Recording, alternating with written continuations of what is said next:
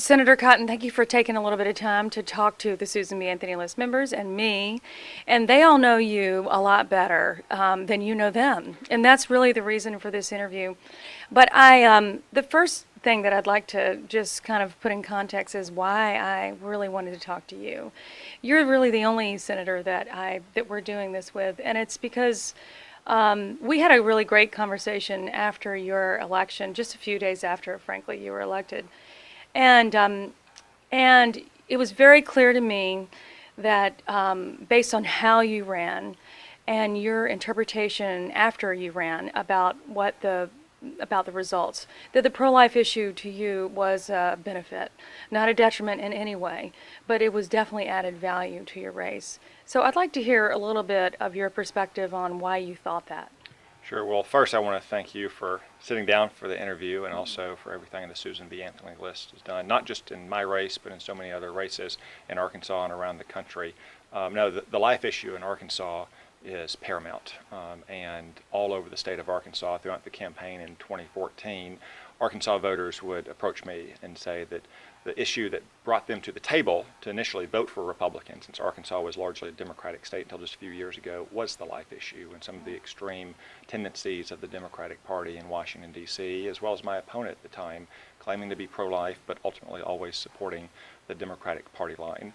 And they appreciated my firm belief that life begins at conception and that we have to do everything we can to create a culture of life and value every life from its natural beginning until its natural end. And that was really what helped open the door to the concept of voting for a Republican to begin with. One thing we saw in 2014 is that there were several Senate races where the Democrat pro-choice candidate had been very adept at burying their position. This was true in Louisiana. It was definitely true in Arkansas. And the door-to-door campaign, all the really out front electioneering and really going on the offense on the part of the pro-life movement and Susan B. Anthony List efforts, also your leadership, I think, really made a big difference in providing contrast in the election. So what are your thoughts on that?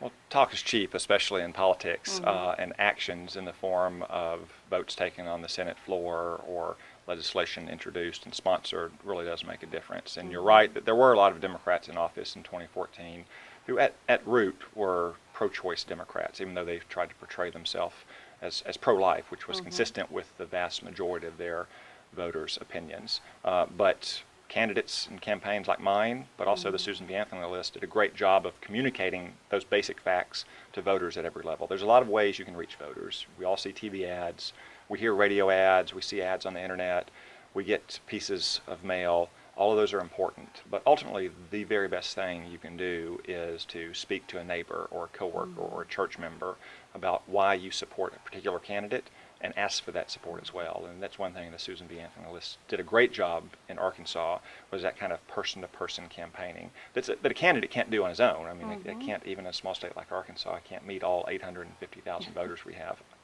So a lot of those folks are going door to door in other states this election cycle.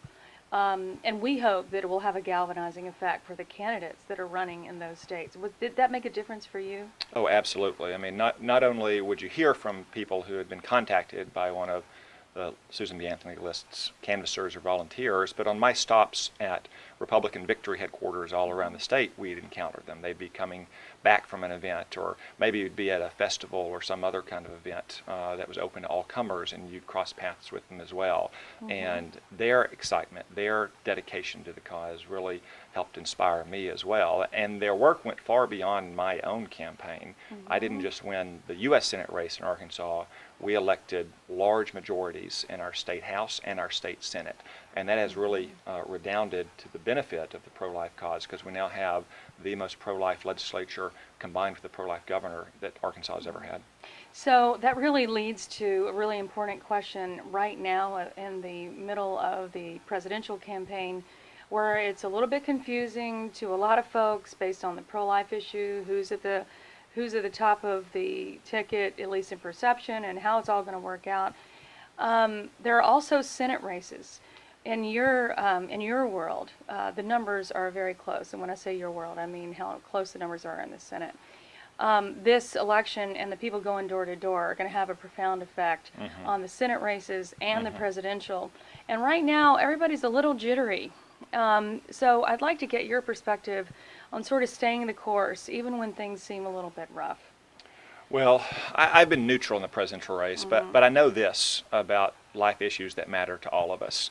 Any Republican is going to be better than Hillary Clinton. I just saw an interview where Hillary Clinton talked about unborn children having no rights at all.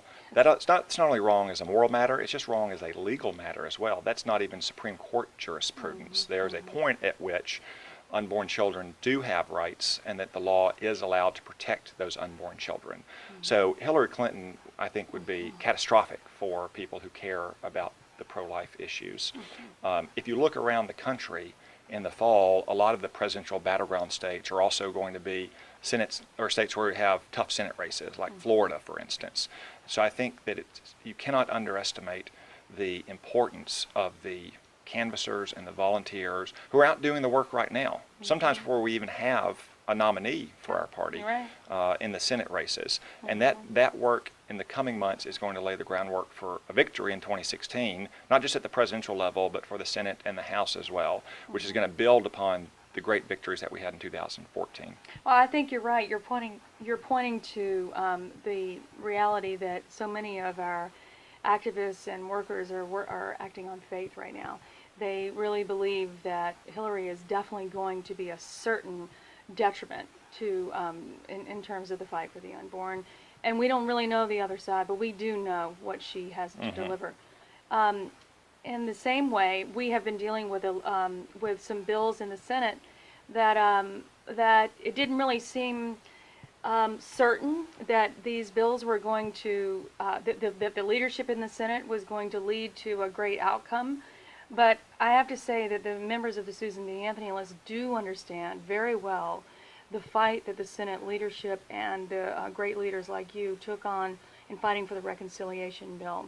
I think it's really important to delineate the argument for the omnibus bill, for the reconciliation bill versus the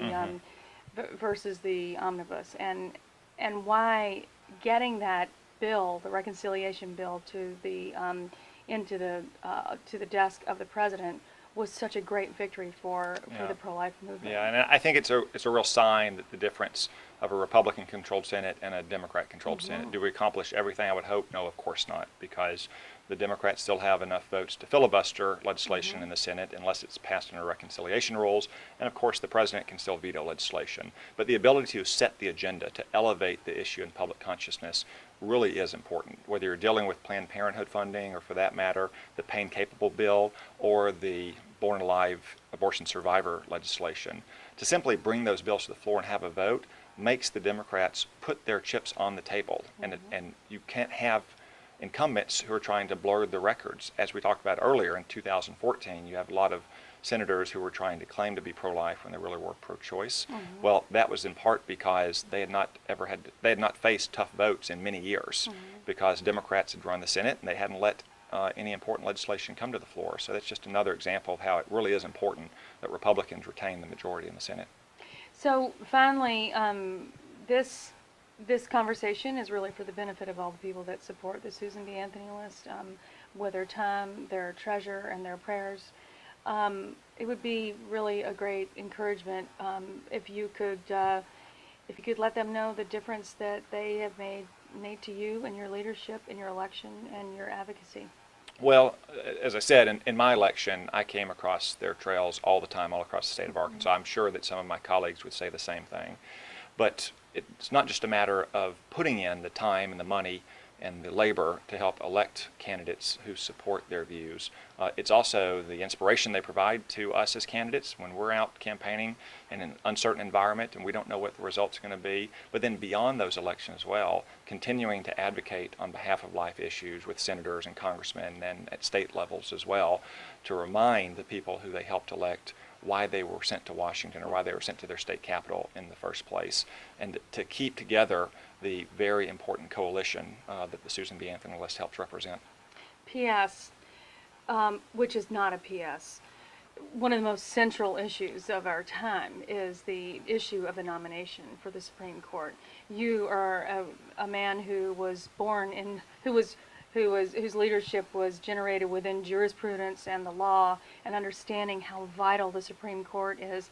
For you to be in this position right now, where you are able to lead in the confirmation or the rejection of a Supreme Court justice, can you give us a sense of how vital that is and what your Well, I leadership think is it's doing? another example of how important Yeah. it is that we elected a Republican majority in 2014. Had we not, Barack Obama would be about to fill the Supreme Court, a decisive seat on the Supreme Court, with a left-wing activist. And that, I'm not even necessarily commenting about Merrick Garland's own merits, and I'm not commenting about him as a person or as a jurist, but there's just no doubt that Democratic presidents always appoint justices who take the most radical left-wing positions when it comes to life issues. So the president was elected in 2012. It's his prerogative to nominate, but the American people elected 9 net new Republicans in 2014 to say stop. Say stop with the executive overreach, stop with the unilateral action, stop with the infringement of religious liberty, stop with the court packing.